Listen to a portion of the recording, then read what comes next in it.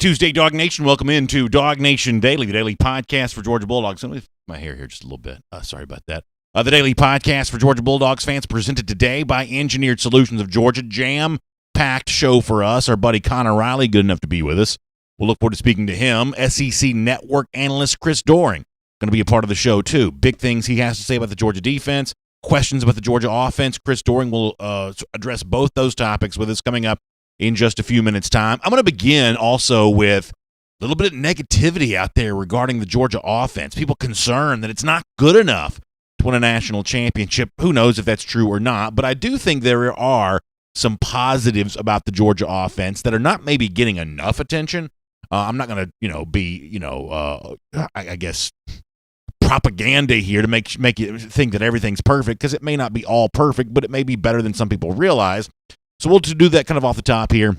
Really glad to have you with us. I think this is going to be a really fun show today. So you've picked a good day to join us. It's DawgNation Daily, the daily podcast for Georgia Bulldogs fans, presented by Engineered Solutions of Georgia, and it begins right now. Today's episode of DawgNation Daily is brought to you by Engineered Solutions of Georgia. Dial 678-ESOG now for a solution to your foundation and waterproofing problems. Presented by DawgNation.com. This is DawgNation Daily, the daily podcast for Georgia Bulldogs fans. Here's your host, Brandon Adams. National media has knives out for the Georgia offense ahead of the big showdown coming out with Alabama on Saturday. What do you say we begin right there? Maybe a little bit of pushback from me on this narrative as it stands for the moment. Tom Fornelli is a writer for CBSSports.com, and in no uncertain terms, he has put the Georgia offense on notice in a piece that has appeared at that website within the last couple of days. Let me read you here just a couple of brief sentences, or at least just one sentence, and it'll kind of set us up for our conversation. Fornelli, writing at CBSSports.com, says there's no way Georgia can win a national title this season playing offense the way that it is.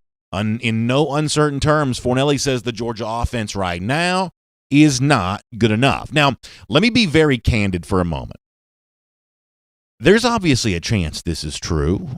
I'm not going to lie and say that I haven't had some concerns about the way that Georgia has played offensively. I think it's been better than it was a season ago, kind of more on that in a moment.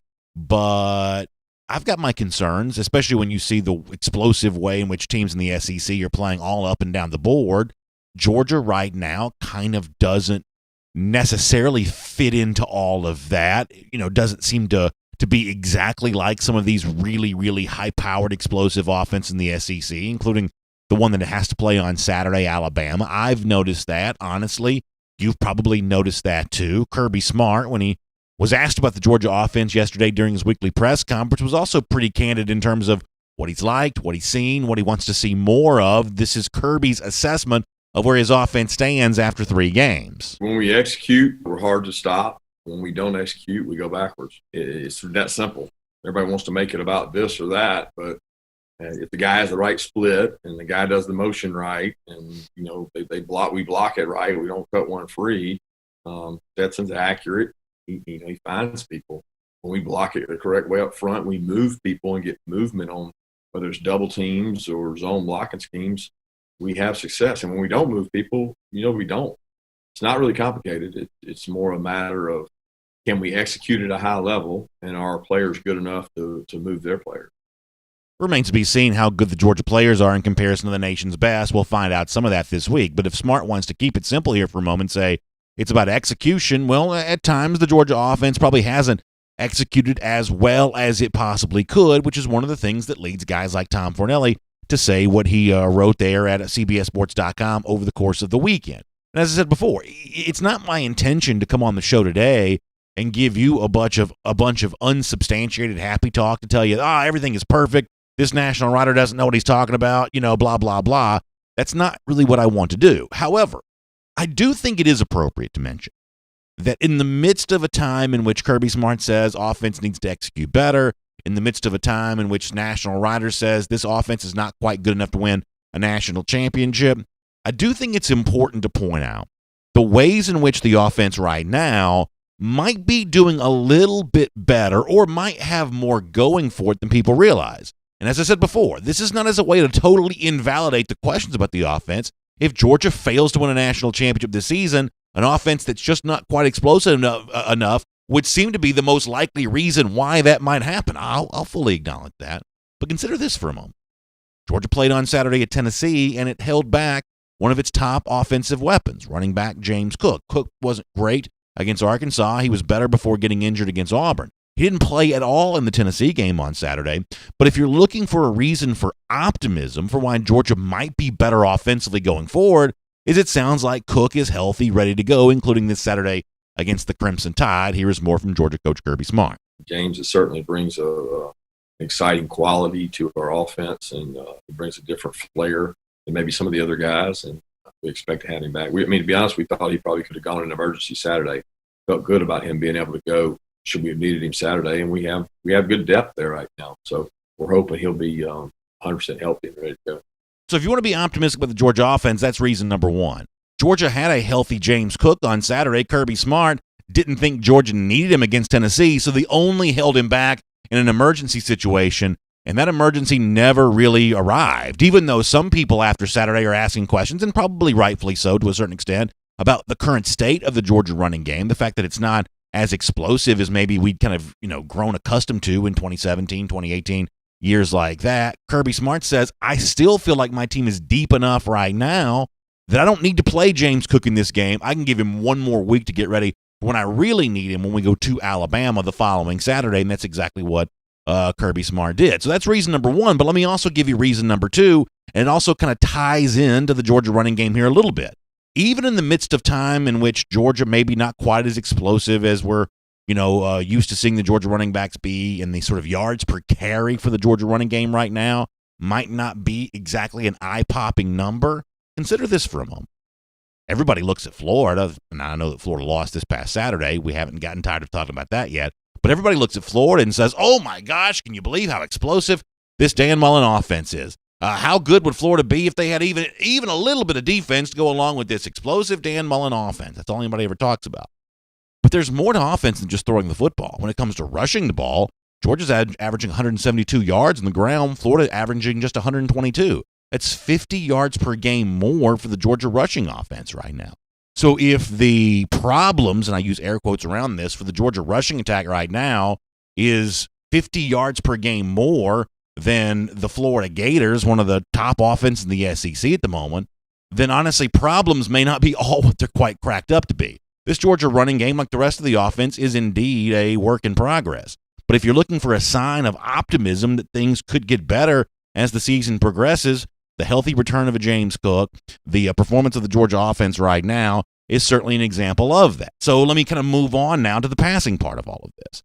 Because, in the midst of discussing, is the Georgia offense going to be good enough to win a national championship? Obviously, there's a huge spotlight put on to Stetson Bennett, right? I mean, Bennett's a guy that no one expected to be in this role. I think he's played pretty well against Auburn and Tennessee, not necessarily keeping pace with the very best quarterbacks in the SEC right now, but played pretty well over the course of the last couple of weeks. And this seems to be a guy pretty comfortable in his own skin and kind of brings his own, level of confidence to the team. Smart also talked about that when he met with reporters yesterday. I honestly think he's just himself. He doesn't try to be someone else. He doesn't try to artificially lead. He doesn't try to fake it. He never did that while he was trying to compete for the job, and he hasn't done it since he got the job. Stetson is who he is, and I think the skill players on offense and the offensive line, they all trust and rally around him because they know he understands what we're trying to do offensively, and he can put them in good situations. And then the defensive players have all, seen him play and know what Stetson's about. So I tweeted this on Saturday, and I was really happy to see that almost everyone immediately kind of got exactly what I was trying to say, and it seems like many Georgia fans agree with this too. Every one of these post-game interviews that Bennett does with like CBS after the game, you have some Georgia defensive player that runs up behind him and gives him the mailman, whatever else it needs to be said there. It seems pretty obvious that Bennett's teammates like him. If Bennett was a quarterback that was doomed to fail, if Bennett was a quarterback who was about to fall flat on his face and have the moment be too big for him, my guess is he wouldn't have the support of his teammates as universally as he seems to. Bennett's always been pretty good about earning praise and earning trust from teammates, whether it's Mel Tucker or Roquan Smith going back to scout team days or what's going on right now. The Georgia players would be the first to know if Bennett was overwhelmed by the moment, and they don't seem to think that's true right now. That doesn't mean that Bennett's going to go on the road and beat Alabama. That's a tough thing for any quarterback to do. But the Georgia players themselves seem to be pretty satisfied with what they're seeing from Bennett, and they are closer to him than anyone is. And if you want to put some stats behind this for a moment, Bennett right now is averaging 8.2 yards per attempt for the season. Jake Fromm a year ago was just 7.4. Now, the overall passing performance of the SEC is higher this year than it was last year. So in terms of where they rank against SEC competition, they're both basically the same. But if you want evidence that the Georgia offense is improved from where it was last season because of Todd Monken or whatever else you want to attribute this to, better numbers for Stetson Bennett here thus far, I think, are an indication of that. Also consider this for a moment. When you look at what we talked about before the season began, remember when Dominic Blaylock got hurt and there was this thought of, oh my gosh, the Georgia offense got to find a way to replace Dominic Blaylock. And listen, Blaylock's a really good player. When he comes back healthy, I think he's going to have a terrific career still at Georgia. But consider how well Blaylock's been replaced thus far this season. Blaylock last year for Georgia had 310 yards receiving. You know that through 3 games, Kyrus Jackson's already got 300 yards himself? Jackson, who was hurt a lot last year, I think only played in 5 games, I think had less than 80 yards in the entire season, has stepped in and matched through 3 games what Dominic Blaylock in a very good freshman season did over the course of a full year. I think once again that speaks to what is a better Georgia offense here at the moment. I don't think there's any denying that Georgia's improved from where it was over the course of last season. And that's another reason for optimism that things could get better. There's also this, and I'll make this point really quick. If you look at the eye-popping statistics that are being put up by teams like Alabama and Florida, I don't want to discount those. And when Georgia plays those teams, including Alabama this Saturday, that offensive firepower makes those games tough to win. But a lot of those explosions for points and yards are also coming against teams that give up points and yards to everybody they play. We have seen that a little bit thus far this season. At a certain point in time, though, the Georgia schedule is going to take a turn for the easier. It's going to take a turn for the better. And so if you want to judge Georgia on what it is offensively after having played Tennessee, a top 15 team this past week, Auburn, a top 10 team when Georgia played them the week before that, that's grading Georgia on a little bit of a harsh curve, at least for right now. There's opportunity for better stats as the season progresses. So how explosive is the Georgia offense? It may take a full 10-game schedule to determine that. But now I hear what you're shouting back at your device that you're watching or listening to us on. B, I don't care about how Georgia does against Missouri. I care about how Georgia does against Alabama this Saturday. And I totally understand that. And I can't guarantee you that the Georgia offense is going to be good enough to get the job done. The people who are saying that it's not, or at least asking questions about whether it is, they're bringing up some valid points. All I want to point out is, in the midst of all of this, though, there is some reason for optimism. There is some evidence that the Georgia offense right now is better than it was a year ago. Just how much better is it? Well, it may take Saturday night for us to find that out.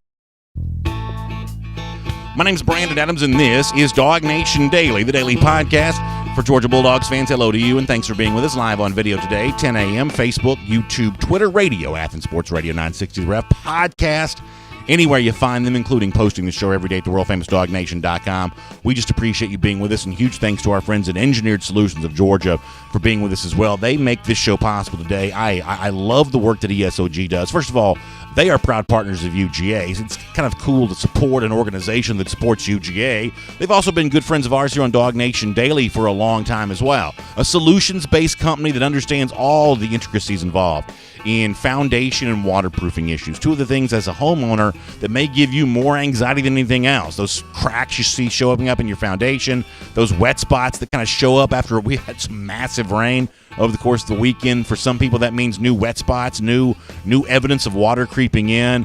Don't put off making the call that you need to make. Engineered Solutions of Georgia has 2 full-time engineers on staff. That means they have the smartest possible people working on what could be, as a homeowner for you, the most significant problem that you'll face. That's a good matchup right there. Put smart people on your problem. Put a solutions-based company to work. Give them a call, 678-ESOG now. That's 678-ESOG now. That'll get you in touch with our friends at Engineered Solutions of Georgia. All right, it is a very busy show for us. 2 guests coming up today. Later on, a really good conversation with SEC Network analyst Chris Doering. I love having Chris on the show. I think he's a really good analyst. He's one of the few Gators that I actually like. I say half kiddingly, half serious. But Chris does a good job on the SEC Network. We're going to bring him on the show here coming up in just a little bit. It's also Connor Riley coming up in a couple of minutes, too. Before that, though, let's go around the doghouse, delivered today by Marco's Pizza. Let me tell you a quick story. So last night, I go out to watch the National League Championship Series Game 1 with one of my friends. We're watching the Braves. I've always been a big Braves fan. And I kind of grew up in this era in which, Braves baseball was, obviously a lot of playoff disappointments. I won't have to go back down the list with all that with you. So many of you have those memories. And as I'm watching this Braves team last night, the young players who are doing big things, they have no connection to those bad playoff memories whatsoever. They had a disastrous, concluding game against the St. Louis Cardinals a year ago, but in these kind of modern times, the news cycle spins so fast, even that seems like a distant memory now. But those heartbreaking losses of the 90s, a lot of these Braves players weren't even born then. And a lot of the fans who were in the place where I was last night watching the game, a lot of those fans weren't even born for those hard memories too. They just don't care about that kind of stuff. They see the Braves and how they've played, and when they see them playing well against the Dodgers in Game 1, even though the Dodgers are a pretty big favorite, the average Braves fan, the average Braves player says, why wouldn't the Braves play well in a spot like this? This is just sort of what we do. They have no connection to the horrible, disappointing postseason losses that so many Braves fans have endured. I think a similar thing is potentially going on with Georgia this Saturday. And Kirby Smart was asked about this. I'm going to play the audio for this in just a moment. Listen, for a lot of us, we remember the 2017 National Championship and how heartbreaking that loss was to Alabama. We remember the 2018 SEC Championship and how heartbreaking that loss was to Alabama. A lot of us are old enough to kind of grow up with a lot of Alabama mystique. Remember Pat Dye saying Georgia's not man enough to beat Alabama in 2002, or for those of you who are older than me, you remember obviously the Bear Bryant age, something I'm not quite old enough to remember, but many of you do. There's this Bama mystique and this idea that when Georgia plays Alabama, you're playing against the ghosts of all these, Tuscaloosa legends. But for these Georgia players right now, much like the Braves players who dominated the Dodgers last night, they have no connection to that whatsoever. At least that would seem to be the case. They have no reason to feel overwhelmed by any of this, and Kirby Smart spoke about that yesterday. I don't think the psyche of the disposition of most of these kids is that way. I mean, our kids all got recruited by Alabama. They know Alabama's players. They played in all-star games with Alabama's players. All these kids know each other now. It's just so different. They don't necessarily see it by wins and losses and just championships. And I think that's really interesting. And I had a very good commenter yesterday in our, sort of video portion of the show who said, I can't wait to see Georgia take that slingshot and take that rock and knock out Alabama on Saturday, obviously making a reference to David and Goliath. And what I said to him is, I think he's, a great commenter and an interesting comment, but what I said to him is that these Georgia players will not see themselves on Saturday as the David to anyone's Goliath. I mean, can you imagine Nolan Smith, former 5-star recruit, thinking that he should be an underdog against Alabama, expected not to win a game like that? And so many of the other 5-star names in this roster very much the same way. They were pursued heavily by Alabama. They just simply chose Georgia for their own reasons here. And when they play against Alabama on Saturday, they expect to win. I think that's good news. I think that's good news if you're a Georgia fan. Doesn't mean that Georgia will win. It's still a tough game on Saturday.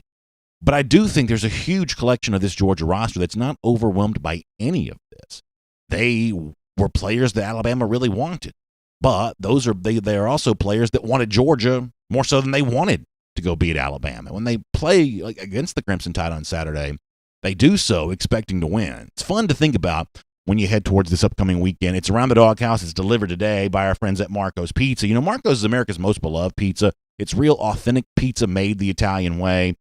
They have all kinds of great options for you, whether you want specialty pizzas like the Deluxe, the Garden, or the All Meat cooked on a golden crust, or you can also get one of those new specialty pizza bowls, which is really interesting to think of there as well. Big savings for you, too. How about a large one-topping pizza, 10 chicken wings, or dippers? It's all just $17.99 right now. You can order it today on the Marco's app or online at marcos.com. All right, it's great to have you with us here today on DawgNation Daily, presented by Engineered Solutions of Georgia. It's Chris Doering from the SEC Network later on. I want to get into a lot more of all of this with Alabama on Saturday, though, with our buddy Connor Riley. Let's do that right now.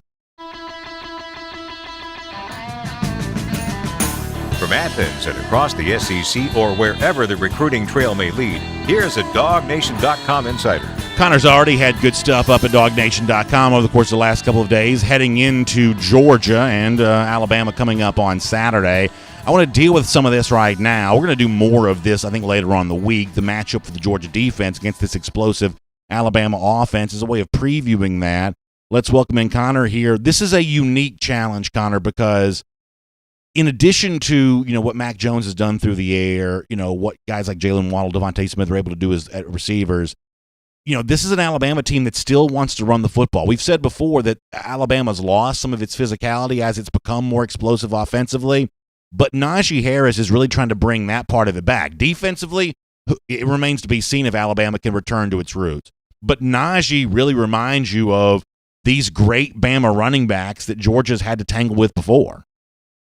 Yeah, first, I'd like to say it's a little tough day for me. I'm now the second at best most beloved Riley in the state of Georgia after what Austin Riley did last night. That's a good point. A little tough day for me, but when you hear guys talk about NFL games or whenever a team is playing the New England Patriots, they always mention how Bill Belichick, he's going to take away the thing you want to do best or the thing you want to do most. For Georgia on Saturday, I think the thing they have to take away for Alabama to win this game is Najee Harris. The number that comes to me is 75. Can they keep Najee Harris, who I believe is the best running back in the country, can they keep him under 75 yards? And I think if they're able to do that, if they're able to make Mac Jones make the plays to beat them, that's how they're going to win this game. Because I've brought up the stats before. Every loss Georgia has had since going back to the start of the 2017 season, the opponent has rushed for at least 130 yards. Through 3 games this season, Georgia's giving up less than 40 rushing yards a game. If Alabama is able to go closer to that 38 yards per game mark that Georgia's giving up, probably a Georgia win. If it's closer to the 130, it's probably an Alabama win. So football can occasionally be a very complicated game, and there are intricacies that are hard to understand. But I do love it when football gets really simple. And there's an element of what you just said right here where I think you'll see a very simple game plan on display, because the challenge of stopping Najee Harris is that at any point in time, Alabama is a threat to throw on any down. They'll throw in early downs. They'll throw at any point in time, which means you've got to have like your nickel personnel, things like that in the game, probably even more defensive backs than that, which all of a sudden means you're trying to stop one of the best running backs in the country and one of the best maybe running backs in recent SEC memory based on the way that he's played over the course of the first couple of games. You have to do that with limited personnel. You've only got a small handful of true, what you might think of as run-stopping guys, and you've got to do that with them. The 2018 Alabama game, if you want to go back and rewatch it, as painful as it is, you see an example of Georgia having to try to stop the run, because Bama was still pretty good with the run that season as well, trying to stop the run with kind of like limited personnel in the game capable of doing so.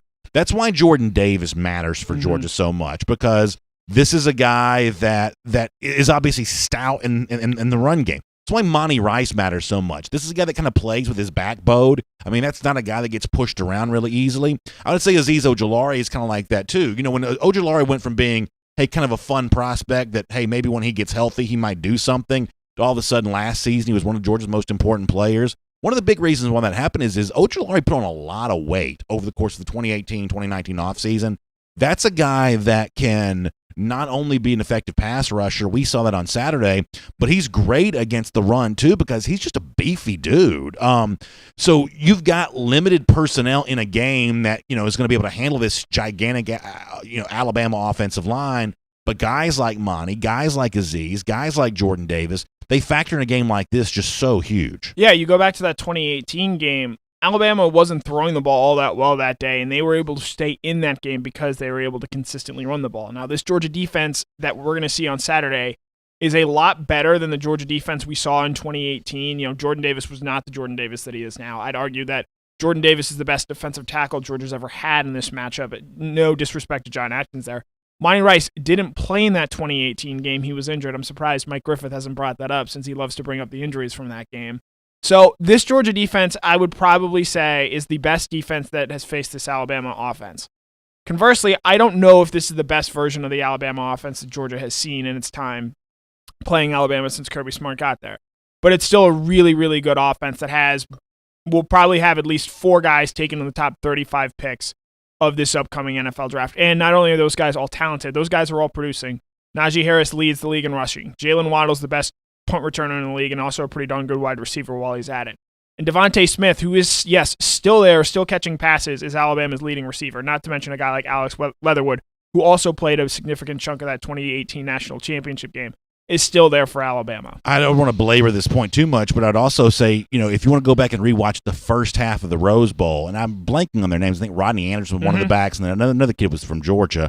Trey Sermon. Yeah, thank you. When you've got a gazillion defensive backs in the game, it's just hard to stop the run. And Georgia against Oklahoma in that first half, and we'd said this for weeks leading into the game. It's like, you can let Baker Mayfield be Baker Mayfield, but you can't let Oklahoma run the ball because at that point in time, you can't get them off the field. And in the first half, it was like my worst nightmare. Yep. Oklahoma was really having success rushing the football. And part of the reason why is you've just got so much finesse personnel in the game that you don't have the beef that you need to really feel great against the run.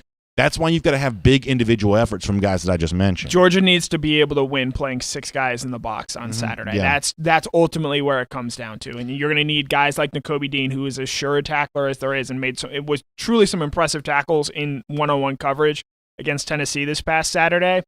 You're going to need guys like him, guys like Monty Rice, guys like Azeez Ojulari to be able to tackle in space. All right, so let me move on to something I mentioned before you joined us. I am not sure what happens on Saturday. There's obviously a very good chance that Georgia loses. Alabama's only lost at home twice since 2015. But the one thing I am pretty confident in saying, and I mentioned this a moment ago, there is no Alabama mystique in this game that beats Georgia before the game begins because too many of Georgia's current players were heavily sought after by Alabama. Georgia's been out-recruiting Bama here for a couple of years. Players willingly chose to come to Georgia when they could have very easily gone to Alabama. And by the way, there were a lot of times, even with some good recruiting wins for Georgia, where it wasn't necessarily a head-to-head win versus Alabama because Bama had players that it chose to prioritize other than some of the guys that Georgia wanted. But the last few years, that's not quite the case as much anymore. These are head-to-head wins that Georgia's scoring against Alabama, and because of that, there is no Alabama mystique, I believe, that beats Georgia before the game begins. I'm assuming you'll agree. Yeah, there was an interesting question asked of Kirby Smart yesterday of what's the motivation, or does this game feel as big as other Alabama games, and are you worried about whether or not your players might be up for it? If you're a Georgia player and you need motivation for this game, much less any game, but specifically this game, what are you doing playing the game? This is a game you shouldn't need motivation for. And conversely, it's a game you shouldn't be afraid of. You should embrace this. Jamari Sawyer said, I'm going to have a fun time out there on Saturday. I'm looking forward to it.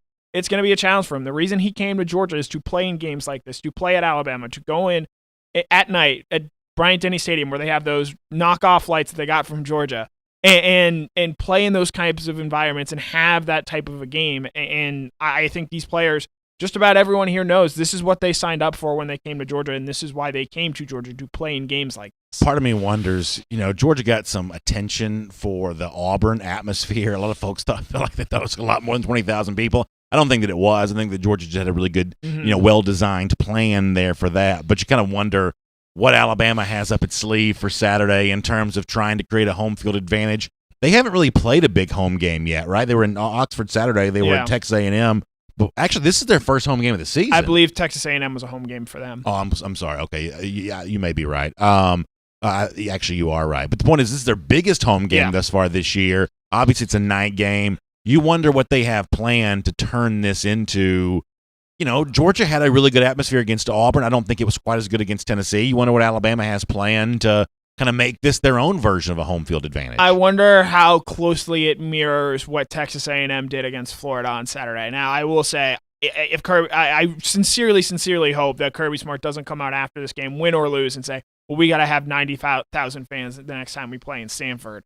But, having said all that, it's going to be a tough atmosphere at Kirby Smart. Even when there was the possibility of no fans in Bryant-Denny, something that was discussed this offseason, he's always expecting that place is going to be a tough place to play. They're going to crank up the volume. They're going to do everything they can to try and make that a home field advantage. And I think one of the things you've seen so far this season is that while, yes, it's not a full stadium, teams are able to create distinct home field advantages. Yeah. I think you saw that against Auburn with Georgia. I think you saw that last week, Texas A&M against Florida. And over the course of the season, I think you're going to be able to see some teams find ways to get creative and create a true home field advantage. So we'll see how that goes on Saturday. Let me finish on this topic. I did a good bit of this on the show before you came on. I've got questions about the Georgia offense like everybody else does, and the people who are skeptical of this offense right now, I think, have every right to feel that way. This is a legitimate topic. But as I said before, Georgia's getting better quarterback play, at least statistically. Excuse me. Let me try that one more time. Let me circle the runway on that one more time. Statistically speaking, getting better quarterback play right now than it got a year ago.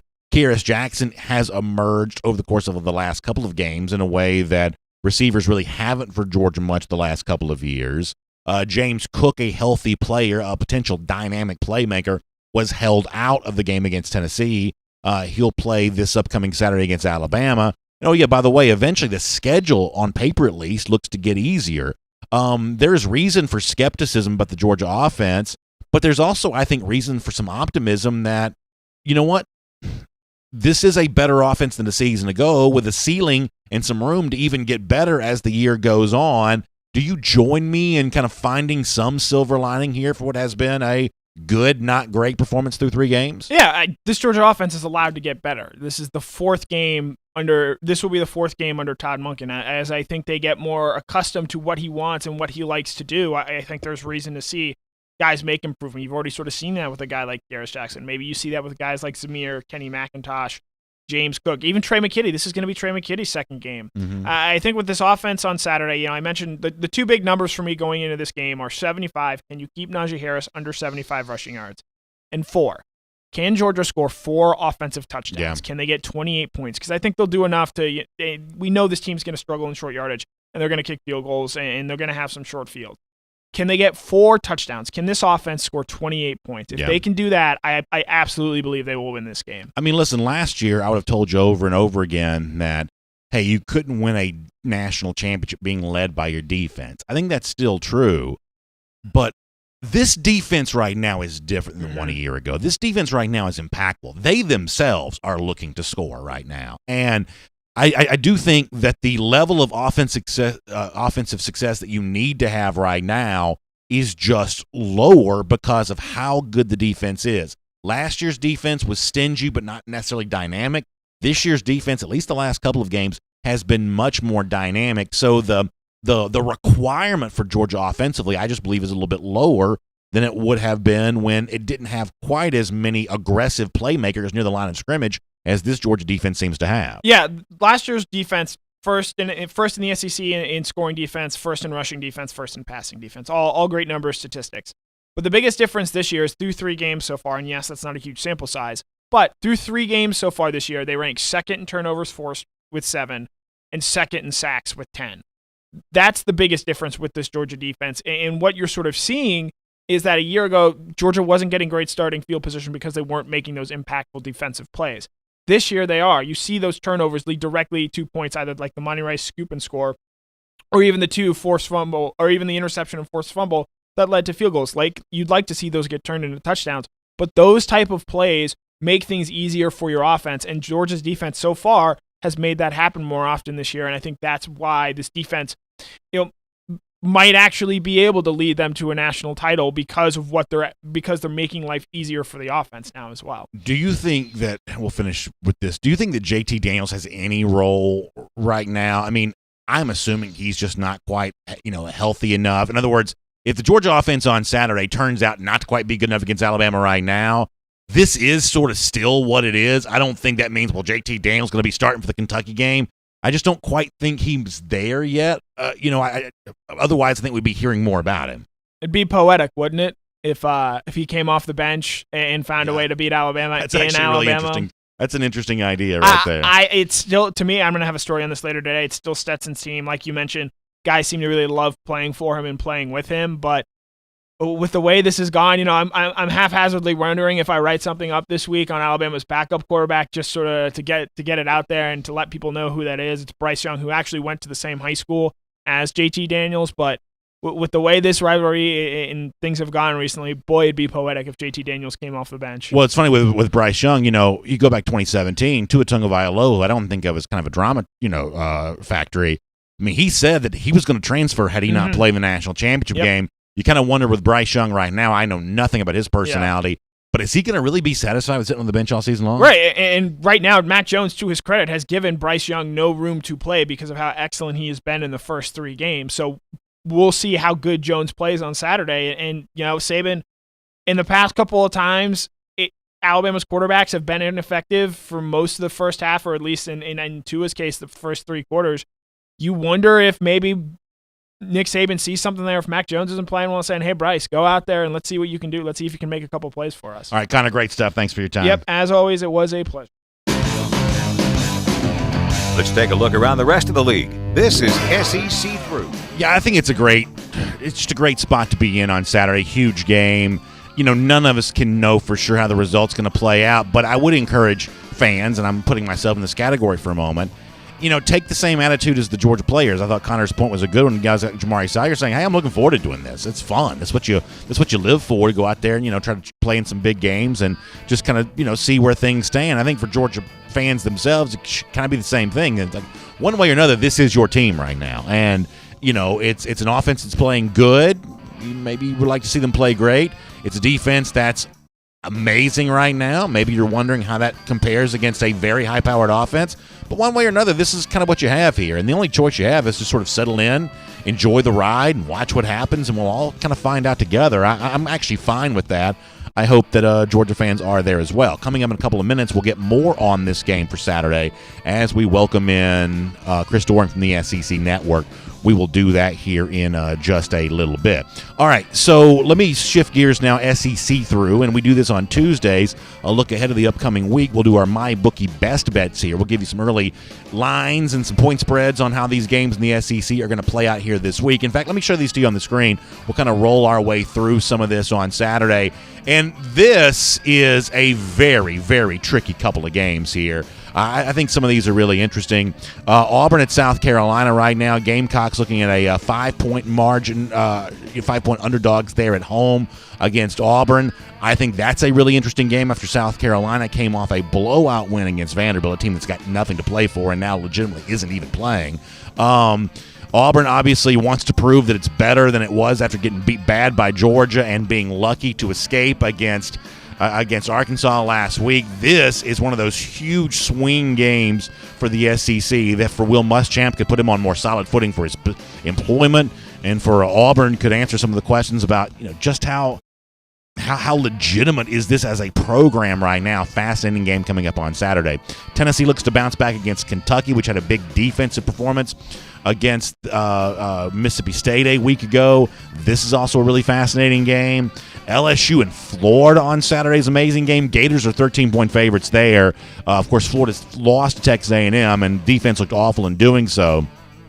They're going to have a lot of motivation to play better. And right now, you just wonder, does LSU have anything to play for at the moment after being 1-2, defending national champions, not having a great run really to speak of whatsoever, but a fascinating game. It's one of those games that gets played every single year. The mood around Florida LSU this year is going to be just very different. Arkansas comes back home after their fans as fired up and as angry as anything that you've seen really in quite some time. About the way the Auburn game comes to an end, they were clearly jobbed. It was an awful officiating call, and the SEC's attempt to explain this was just really frustrating. And for Arkansas, that kind of already got dumped on with an impossibly hard schedule. I think they got dumped on again with a bad officiating call at the end of the Auburn game. Really frustrating. This is one of those games I probably feel more confident about this than a lot of the other games on the schedule in terms of what I think might happen. When you score a bunch of points at home, and that's what Ole Miss did last week, really their program and Lane Kiffin has treated that game as if it was a win, even though the final result was an Alabama win and Ole Miss loss. The Rebels have kind of treated that game as a win. When you have the big explosion at home and you have to go on the road the following week, especially to an Arkansas team right now that's in a very bad mood, Sam Pittman has had his team ready to play well for most of this season thus far. Really, the only bad half they've played was probably the second half against Georgia. Other than that, they've been solid against everybody. I really think I like the Hogs at home against Ole Miss on Saturday. Tough to go on the road after you have a very easy offensive day at home. That's a game worth paying attention to. Another team that has a big performance at home goes on the road this week. That's a little bit of a theme. That's Texas A&M going to Mississippi State. This is one that I would also watch out for here pretty carefully. I'm not a big fan of Mississippi State. I've said this before. Some of the stuff with Mike Leach that I predicted would be a problem is already starting to emerge. Blaming players for the loss last week against Kentucky, calling them malcontents. This was a very big part of Leach's formula at Pullman. Frankly, I think it's just unprofessional, but it's just kind of what Mike Leach does.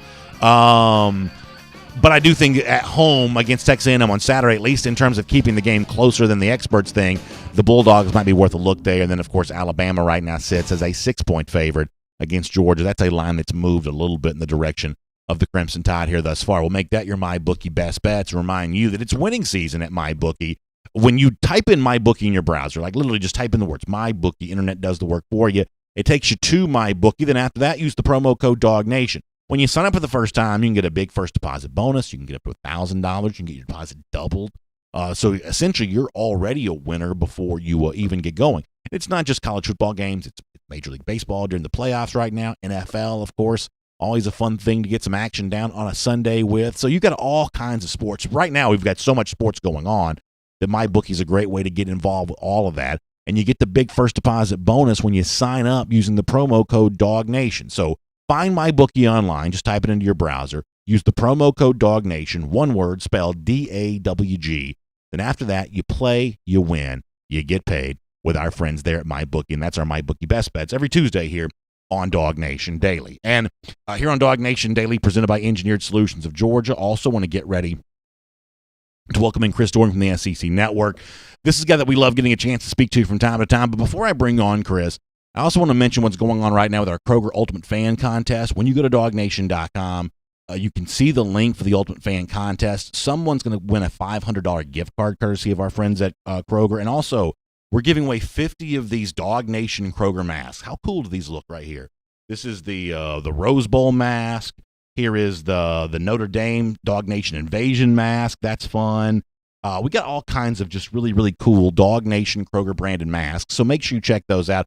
50 people who sign up to be the Ultimate Fan winner are going to be drawn to also be one of the winners of our DawgNation Kroger masks. So please make sure you check those out at DawgNation.com, and hope you right now enjoy Chris Doering from the SEC Network.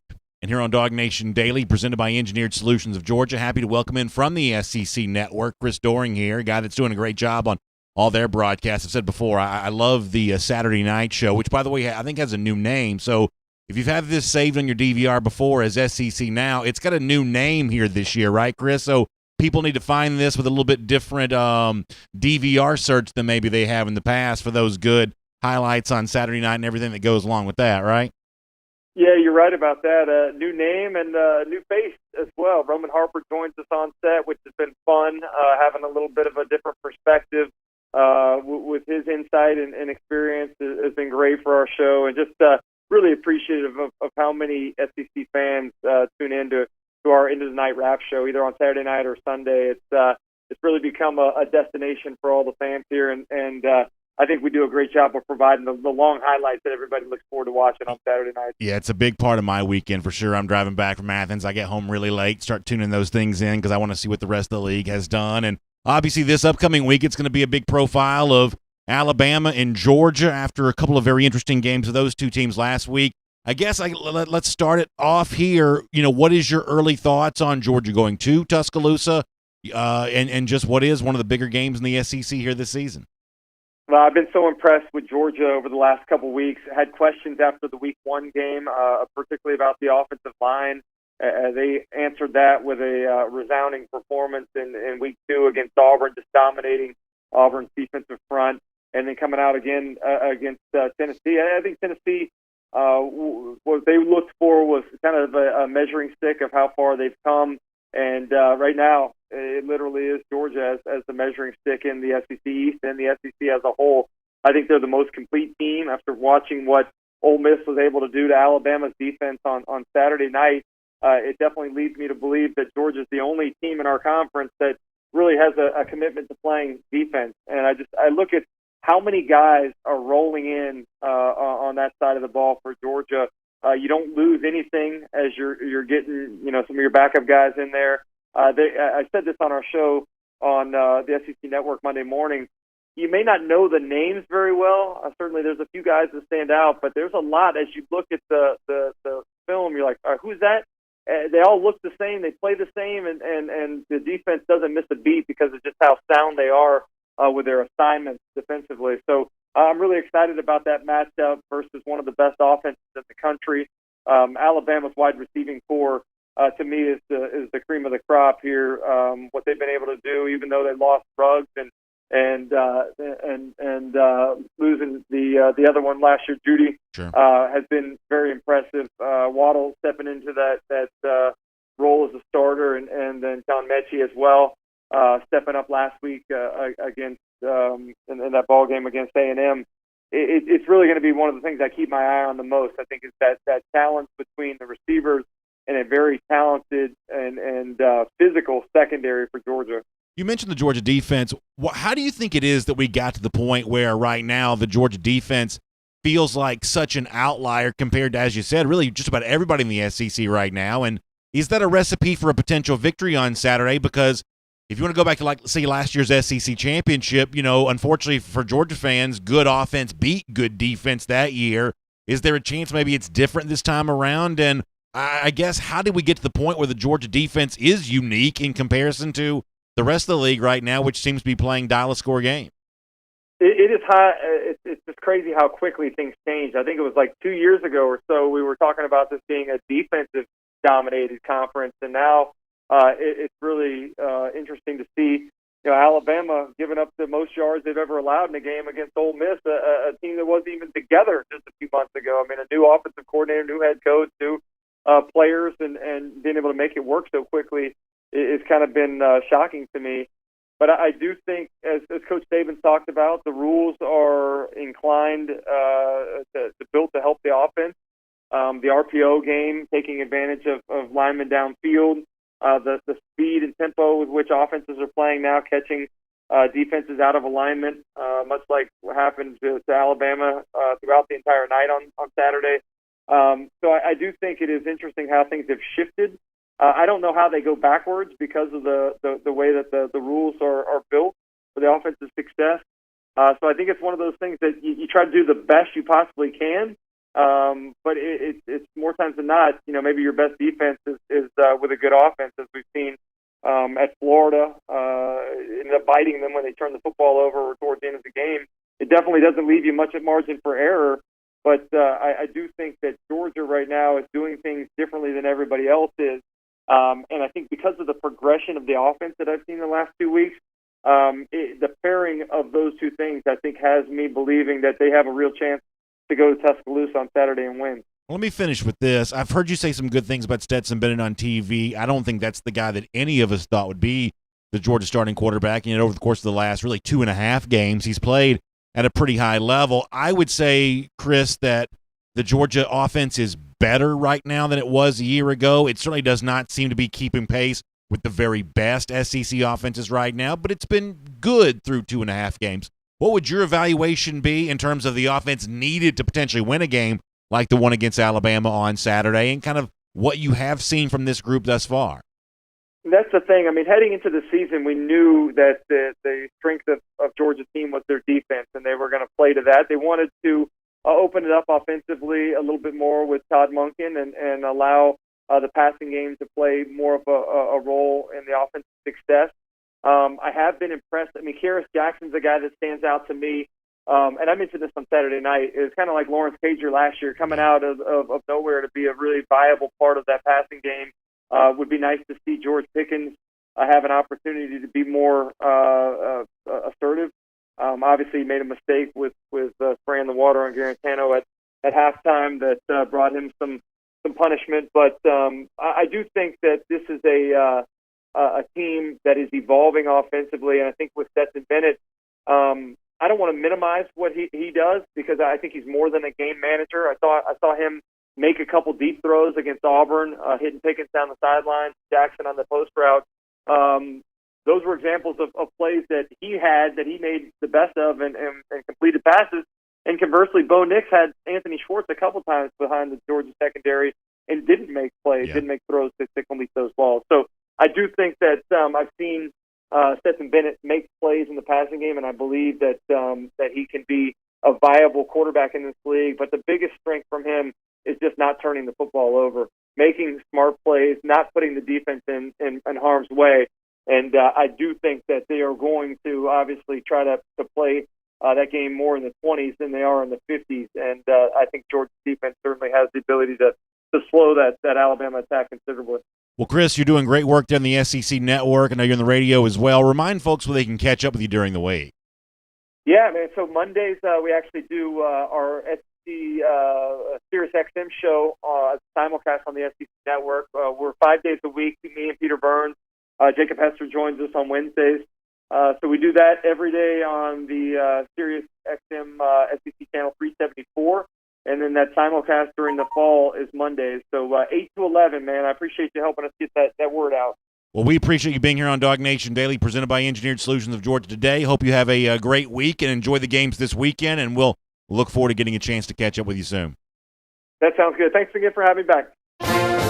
Always love the chance to have Chris Doering here on DawgNation Daily, presented by Engineered Solutions of Georgia. Chris just does a good job. I love the Saturday night late highlight show that he's a part of. He and Coach Chiswick, the whole team there on that, they do a fun job, and it's fun to have him as part of the program. One thing I should also mention as I was going through the slate for the SEC games this upcoming weekend, I think I alluded to this but didn't say it directly. Vanderbilt, Missouri is not being played here this weekend, so those two programs taking a pause right now because of the coronavirus situation. The first SEC game that's been impacted by all of this since the league returned, so that is that. Tomorrow is also a big day around DawgNation, kind of a midweek thing ahead of the Alabama game on Saturday. Five-star offensive tackle Amarius Mims set to make his decision. We'll have live coverage of that tomorrow afternoon, so please make sure you're a part of that on the DawgNation video channels. And as we wrap up our on video, time now for our R.S. Andrews Cool over on YouTube first. We'll take some comments, and then we will be off and running on this Tuesday afternoon. Hope you enjoyed today's show. Chris Doering, Connor Riley. Some thoughts from me off the top. A little bit of a preview of the SEC this upcoming weekend, too. So we try to cover all the bases here today. Jay Shipe says, I'm buffering. Is it just me? I don't seem to be having a problem. Hopefully not. All right, let's see what else. DogFan3 says, who you got, Florida or LSU? If I had to guess, and I don't like saying this, but if I had to guess, my early lean on this is Florida probably bouncing back and playing a little bit better. Maybe the 13 points comes into play. Maybe LSU can keep it close. The long and the short of it is I haven't quite made up my mind yet. But Florida playing better, coming back home, I'm guessing that's probably the case. S. Hobson on YouTube makes an interesting point. Says, this is not a must-win game against Alabama. We'll get two chances. And I think for the most part that's kind of true. And I want to be careful how I say this because I don't want people to misinterpret it. But I think it's really important for Georgia fans not to overreact if Georgia loses on Saturday. And I'm not trying to circle the wagons before the game is even played. But if Georgia could come out of the first half of the season, I'm including next week's game against Kentucky in this discussion.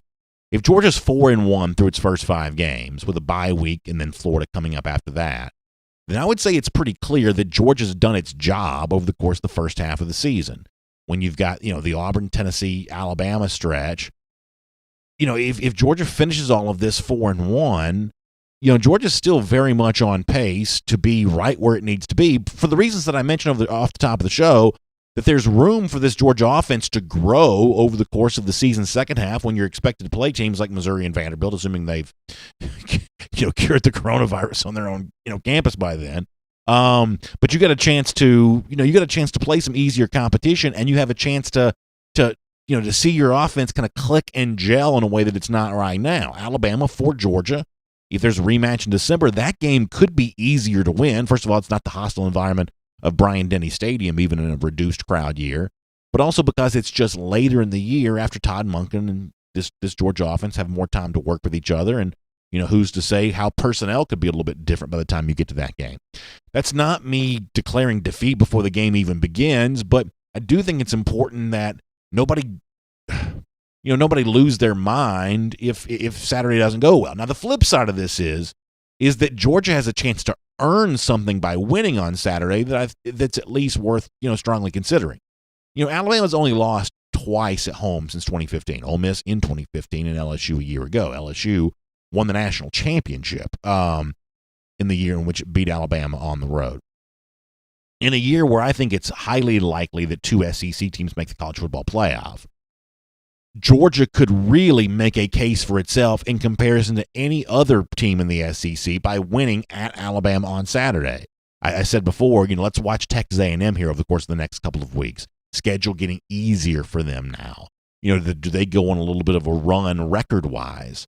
Well, if you want to make the favorable comparison between Georgia potentially and Texas A&M, and I'm obviously just thinking out loud by even saying this, then winning in Alabama gives you a chance to do that.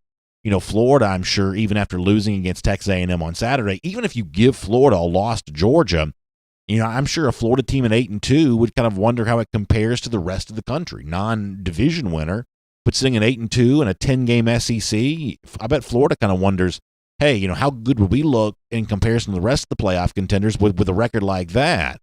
Well, as a way of kind of keeping that comparison from being invited, Georgia winning in Alabama would kind of hush some of that talk up a little bit.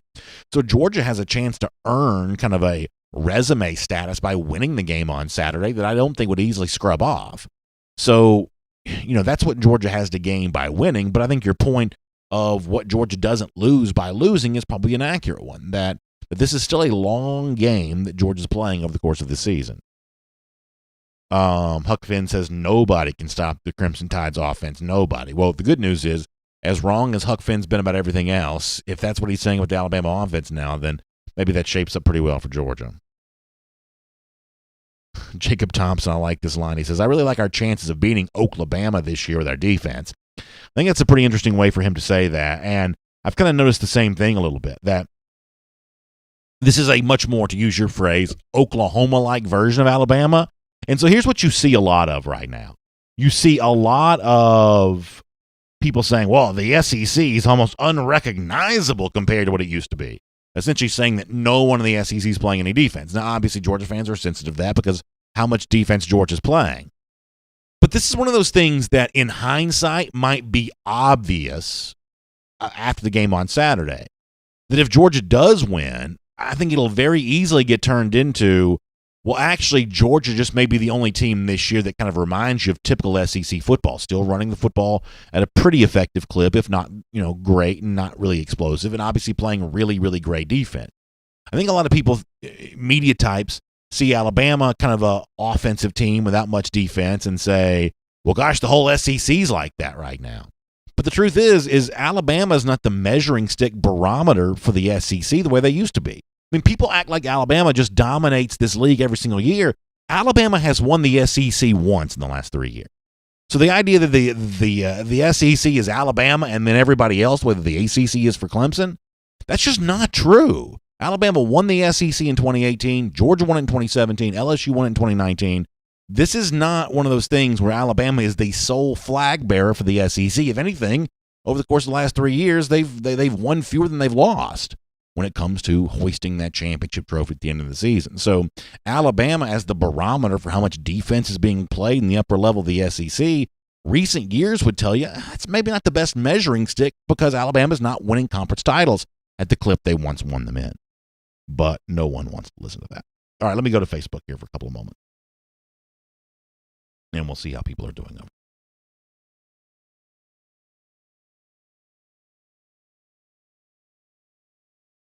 Dion Ware says, that's how you are acting, BA. So I guess he's laughing at me about something. Let's see what else. Daniel Lewis says, and I think this is actually a pretty good point. He says, if Auburn can beat Alabama last year, then we can beat Alabama this weekend. Now, the one caveat here is that Auburn, like maybe more so than any team in the country, seems to have like this level of play that it can achieve at home that it can't really match anywhere else. And so you got a little bit of that with the Iron Bowl a year ago, but I do think it's appropriate to point this out because I was thinking about just sometimes you're kind of just brainstorming, thinking out loud, and you look at quarterbacks that have beaten Alabama, and you see Joe Burrow, and you see Trevor Lawrence, and you see Deshaun Watson, right? That's high-profile losses that Alabama has sustained since 2016, and they came at the hands of what you might think of as like quarterbacks whose names will go down in the history books, all-time great type players, at least in Burrow's case, certainly for a single season for sure. But in addition to that, as somebody just mentioned, well, it's also Bo Nix and Auburn a year ago, a team that was good, but not anybody's idea of great. Even Auburn in 2017 with Jarrett Stidham. I mean, Stidham is a backup in the NFL right now. Seems destined to be a backup in all likelihood. But that's also a quarterback that beat Alabama. I do think if you wanted to do something kind of interesting this week, you would look at the teams that don't have great quarterbacks that have beaten Alabama the last small handful of years. It may even be relevant, even though things have changed a little bit since then. It may be relevant to even go back and look at the Ole Miss teams that beat Alabama in 2014 and 2015. Also, no great quarterback a part of that. I think it was Chad Kelly in both games, right? No great quarterback there winning that. Was it not Chad Kelly in 2015? Oh, no, Bo Wallace, excuse me. Can't forget about the Dr. Bo Wallace. There. So it was Wallace in 2014, Chad Kelly in 2015, is that right? That is correct. And I would say that even at the college level, neither one of those guys are great quarterbacks. They were just fine, solid starters. So if 2014 is not too far to go back in your mind, that's playoff era still, first year of the college football playoff. Look at those two Ole Miss games. Look at those two Auburn games, 2017 and 2019. Examine what the recipe was for teams without legendary quarterbacks, not Burrow, not Lawrence, not Deshaun Watson.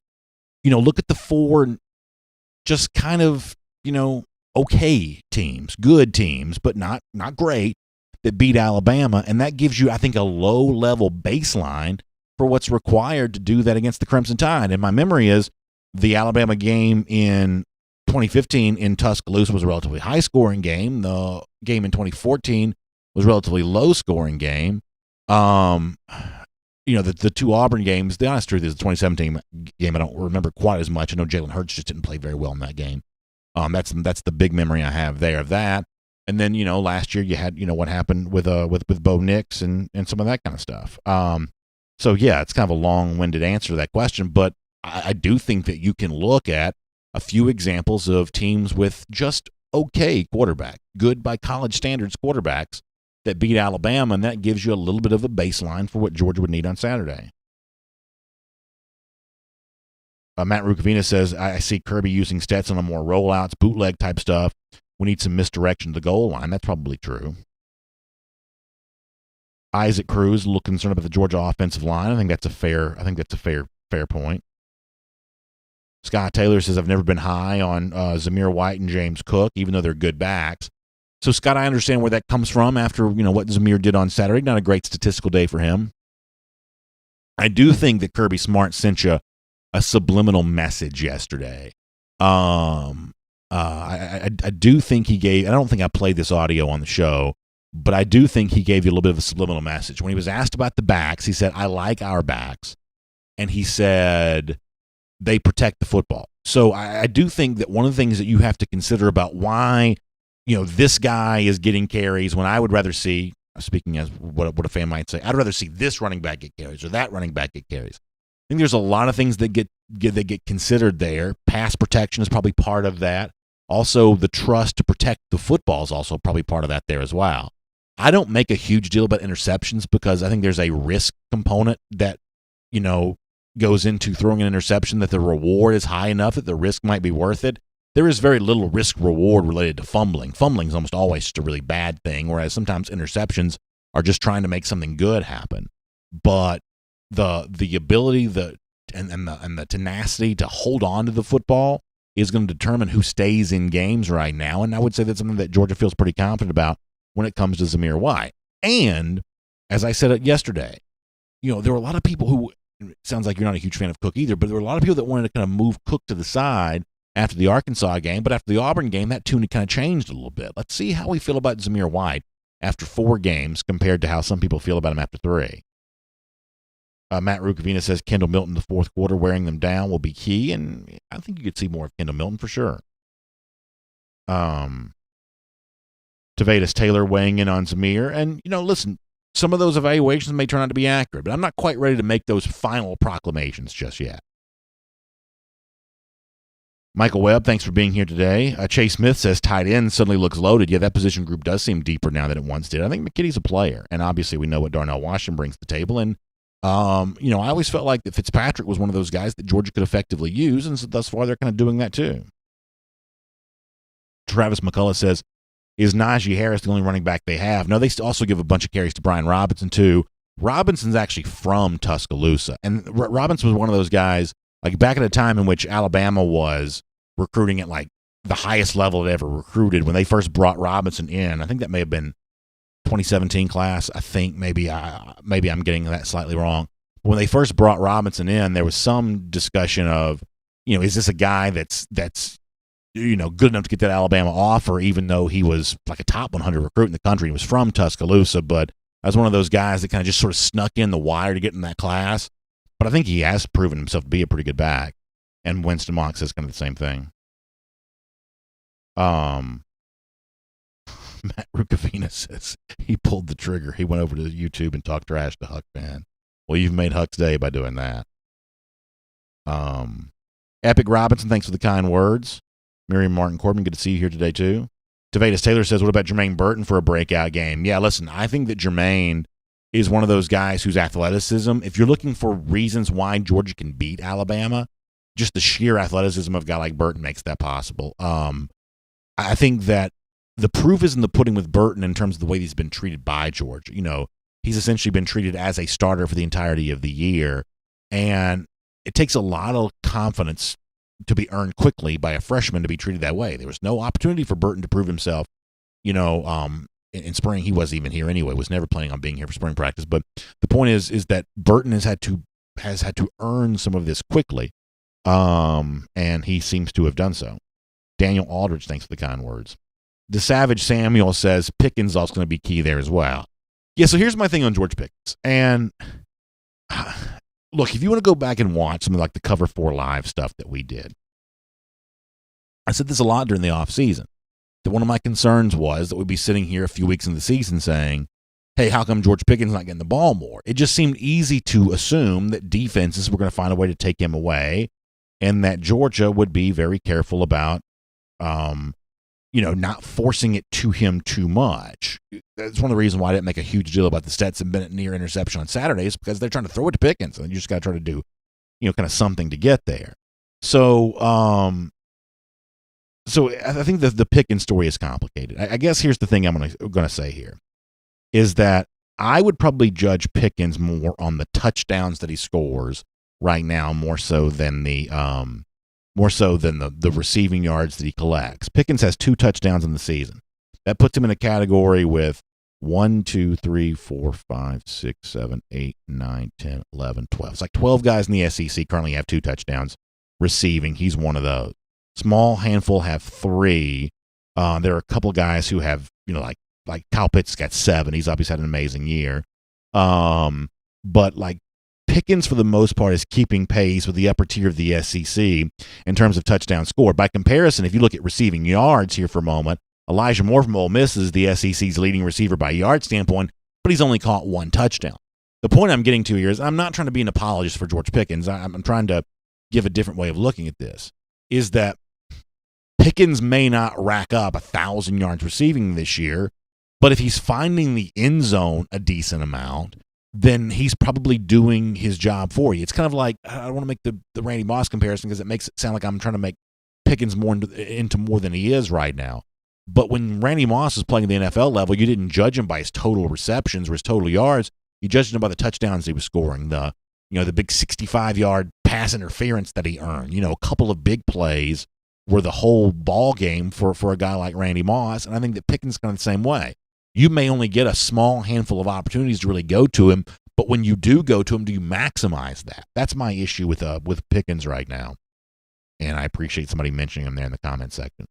All right, I actually got off YouTube. Let me go back to YouTube. We'll do a couple more on both sections, and then we'll get ready to roll out of here after that on a Tuesday. All right, back on YouTube here for a moment.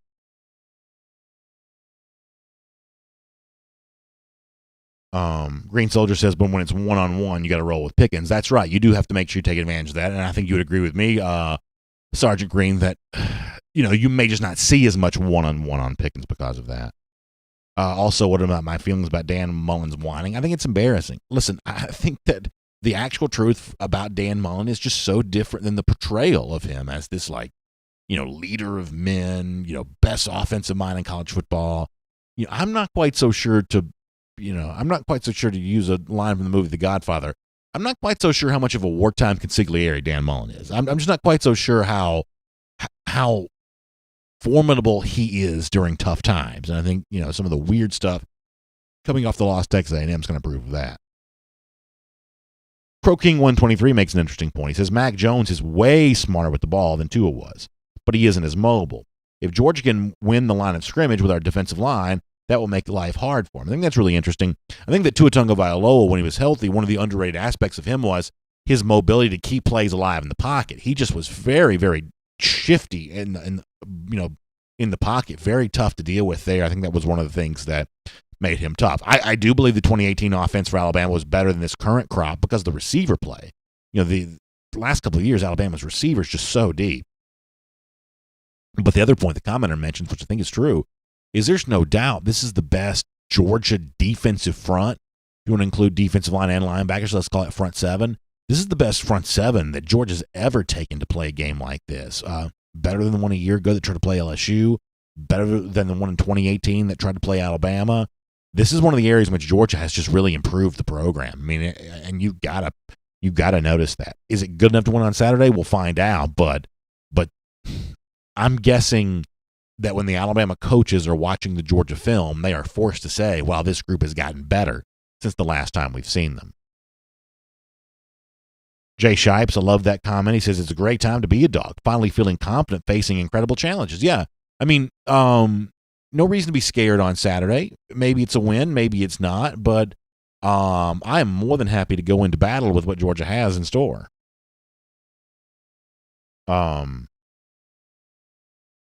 G. Grace, who obviously is a Bama fan, says Mac is good, but I need to see him under pressure. From a Georgia fan, G. Grace, I will tell you that hopefully you get a chance to see him under a little bit of pressure on Saturday. Maybe Georgia can do that to give you that chance to make that evaluation.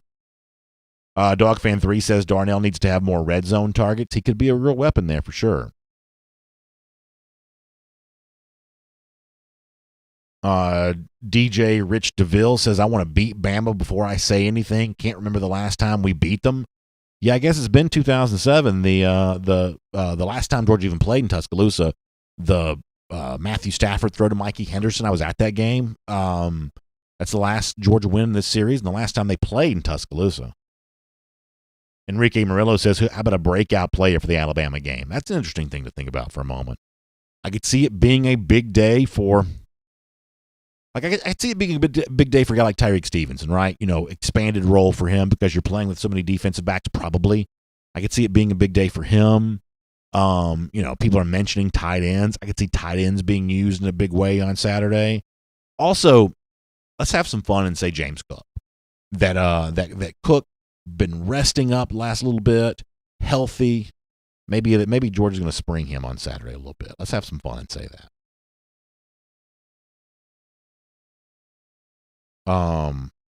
Ballard Sports Media saying that Alabama needs to be better on defense, and I know that they're obviously eager to prove that they are better than what they've showed the last couple of weeks. DogFan3 likes Burton as the breakout player. A good name there, too. Christian Turner says 2007. Says y'all haven't beaten him in 13 years. In fairness, Georgia also hasn't played Alabama a lot over the course of that time.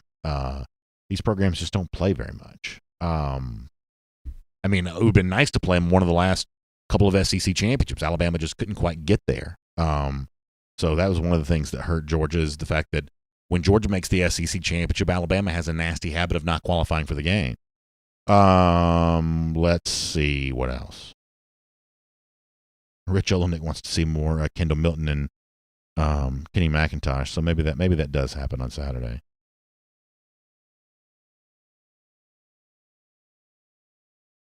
Randy Hall says it's definitely going to be a DB who has the breakout day. And by the way, I still haven't forgotten about Fan of the Month, Randy. I'm just not quite sure how to execute that. All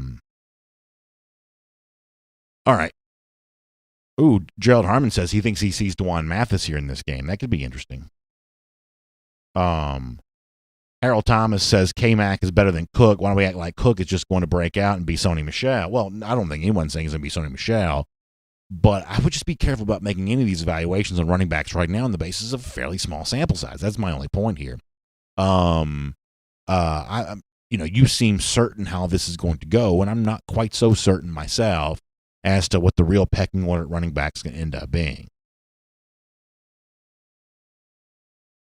Mike Little says, I think Pickens will be the man if his head is on straight and he's focused. Yeah, I hope that for him. As I said yesterday, when Pickens has been rambunctious, I've defended him. I'm not scandalized by a little pushing and shoving after a play or things like that.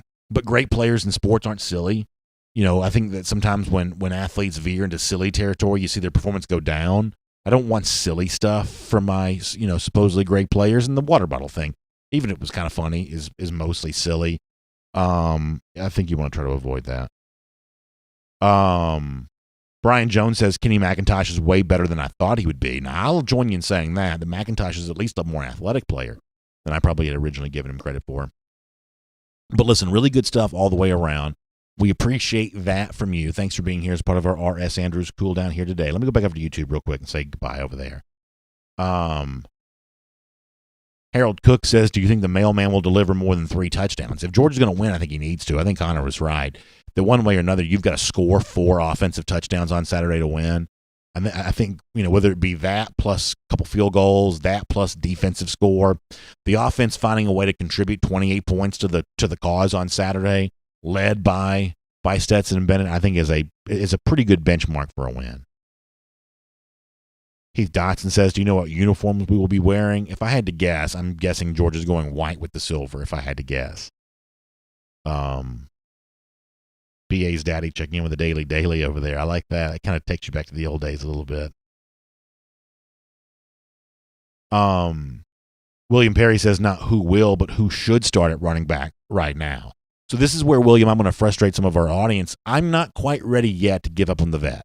Not quite ready to give up on Zamir White. Not quite ready to give up yet on James Cook. If they don't show it to you on Saturday against Alabama, then you've got to start thinking a lot more about Kenny McIntosh and a lot more about Kendall Milton. And there's still going to be a role for both McIntosh and Milton on Saturday. But in terms of a starter, I think about a pair of running back. And for me on Saturday, White and Cook would still be my guys. But obviously, they'll have to live up to that by playing in the game. And I know that on the basis of our comments, a lot of you disagree, and I respect your opinion. But for me, I want the majority of the carries, and by majority I mean more than 51%. I want the majority of the carries to go to White and Cook on Saturday. We'll see where it goes after that. All right, we gotta go. All right, thanks all of you for being here. By the way, if you want more, we talked about the Braves a little bit earlier. If you want more coverage of their thrilling Game 1 win in Arlington, the National League Championship Series versus Los Angeles, which is kind of a weird thing to even try to explain to somebody, please make sure you check out ajc.com for a lot more on that. Also, early voting continues around the state of Georgia. You can follow all the twists and turns of that. Get your Atlanta news now at ajc.com. Atlanta news now at ajc.com. A lot of stories to following, including an amazing story of Keith Sylvester, a wrongfully accused killer who's kind of trying to put the pieces back together after that. A fascinating account there at ajc.com. Check out all of your Atlanta news now at ajc.com. All right. Huge thanks to R.S. Andrews, making the R.S. Andrews Cool Down possible. They show up on time. They do the work that's promised. For the price it's promised, story after story, R.S. Andrews has been delivering smiles for those in need of air conditioning, heating, plumbing, and electrical fixes. And they can do the same thing for you, but you've got to find them online at rsandrews.com. Huge thanks for you being here on DawgNation Daily, presented by Engineered Solutions of Georgia. Have a great day, and we'll look forward to seeing you back here at 10 a.m. tomorrow, everybody. For more DawgNation videos, check out youtube.com/DawgNation.